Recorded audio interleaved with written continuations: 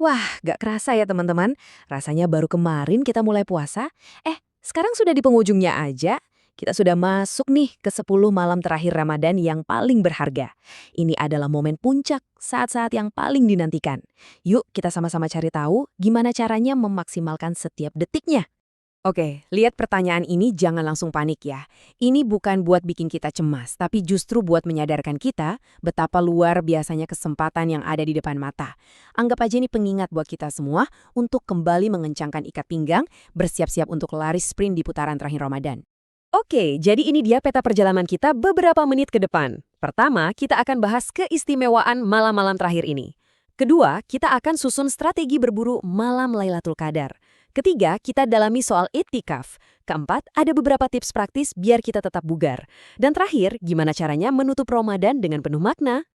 Kita mulai dari yang pertama ya. Sebenarnya apa sih yang bikin 10 malam terakhir ini begitu spesial?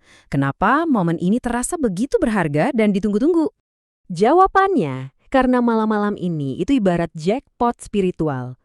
Coba bayangkan, di dalamnya ada satu malam yang nilainya lebih baik dari 1000 bulan.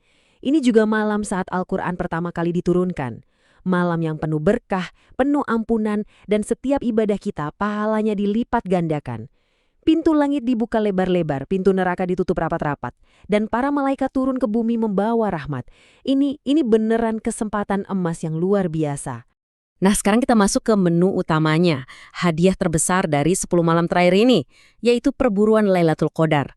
Inilah puncak dari segala puncak, malam yang katanya bisa mengubah takdir kita. Coba deh, kita berhenti sejenak dan renungkan angka ini. Lebih dari 1000 bulan. Satu malam ibadah di Lailatul Qadar itu nilainya lebih baik daripada kita ibadah non-stop selama 1000 bulan. Itu kalau dihitung-hitung sama dengan lebih dari 83 tahun. Gila kan? Satu malam bisa melampaui ibadah seumur hidup.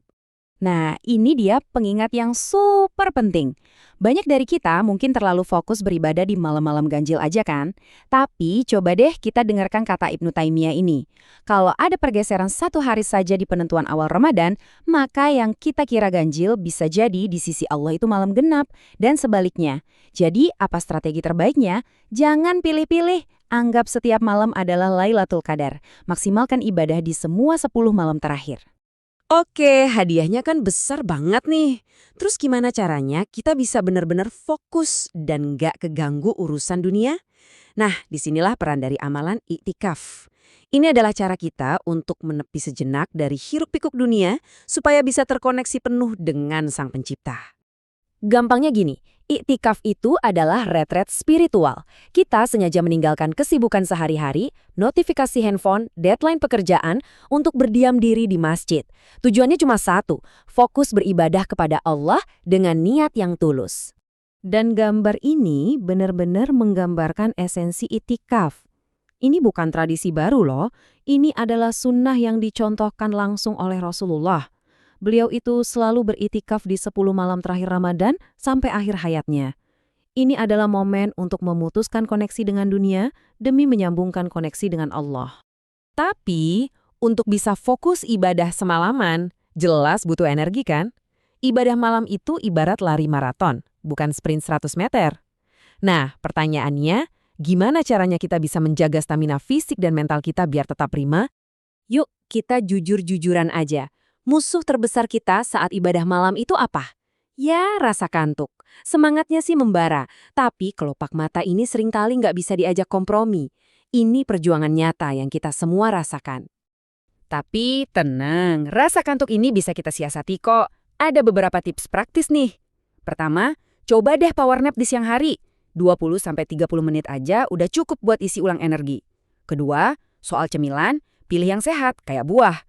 Jangan yang berat-berat karbohidratnya, nanti malah makin ngantuk. Ketiga, kopi boleh tapi secukupnya aja. Keempat, kalau kantuk mulai datang, jangan dilawan sambil duduk. Coba berdiri, jalan-jalan kecil atau peregangan ringan. Dan yang kelima, ini yang paling penting, siapkan diri dari hari-hari sebelumnya dengan memperbaiki pola tidur. Akhirnya kita sampai di bagian penutup. Saat Ramadan akan berakhir, gimana caranya kita memastikan semangat dan kebaikan dari hari-hari istimewa ini bisa terus kita bawa, bahkan setelah Ramadan pergi? Momen-momen terakhir ini adalah waktu yang paling pas untuk muhasabah alias introspeksi diri. Ini saatnya kita berhenti sejenak, lihat ke dalam diri kita, menimbang apa saja yang sudah kita lakukan selama sebulan ini, dan yang lebih penting, menata kembali niat dan hati kita untuk 11 bulan ke depan. Kutipan dari Imam Syafi'i ini dalam banget ya. Ini seperti menekan tombol pause dari segala kesibukan duniawi yang sifatnya hanya sementara. Momen seperti 10 malam terakhir ini mengingatkan kita untuk kembali fokus pada apa yang benar-benar penting dan abadi. Sebagai penutup, coba deh kita tanyakan ke diri kita masing-masing, pelajaran apa, kebaikan apa, atau satu saja kebiasaan baik dari 10 malam terakhir ini yang akan terus kita jaga apinya agar tetap menyala sepanjang tahun. Semoga kita semua bisa menutup Ramadan ini dengan pencapaian terbaik dan membawa cahayanya terus di hari-hari kita. Terima kasih sudah menyimak.